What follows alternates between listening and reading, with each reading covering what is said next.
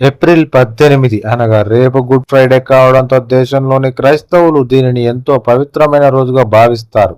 ఈ రోజున యేసుక్రీస్తుకు సిలువ వేసిన రోజు కావడంతో క్రైస్తవులు చర్చిలకు వెళ్లి ప్రత్యేక ప్రార్థనలు చేస్తారు. అయితే రేపు క్రైస్తవులకి ముఖ్యమైన పండుగ కావడంతో రేపు బ్యాంకులు అలాగే స్టాక్ మార్కెట్లకి సెలవు ఉందా లేదా అనే విషయంపై చాలా మందికి సందేహాలు ఉన్నాయి. అయితే ఈ సందేహాలన్నీ ఇప్పుడు మనం తెలుసుకుందాం. గుడ్ ఫ్రైడేని మన భారత ప్రభుత్వం సెలవు దినంగా ప్రకటించింది. దేశంలోని అన్ని రాష్ట్రాలలో గుడ్ ఫ్రైడేని ప్రభుత్వ సెలవుగా పరిగణిస్తారు.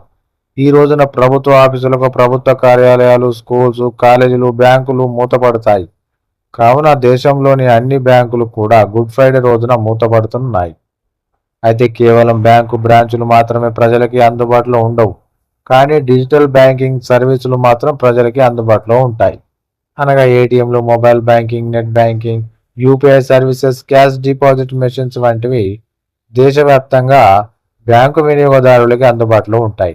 ఇక ఏప్రిల్ 19 మూడవ శనివారం కావడంతో ఆ రోజు బ్యాంకులు యథావిధిగా తమ కార్యకలాపాలని కొనసాగిస్తాయి. మరొక వైపు రేపు గుడ్ ఫ్రైడే సందర్భంగా భారతీయ స్టాక్ మార్కెట్లు కూడా మూతపడనున్నాయి.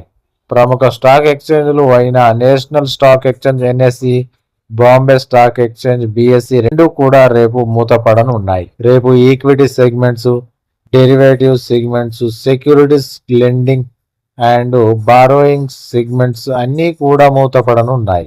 ఇక శనివారం, ఆదివారం కూడా స్టాక్ మార్కెట్లకి సెలవు కావడంతో తిరిగి స్టాక్ మార్కెట్లు సోమవారం ఓపెన్ అవ్వనున్నాయి.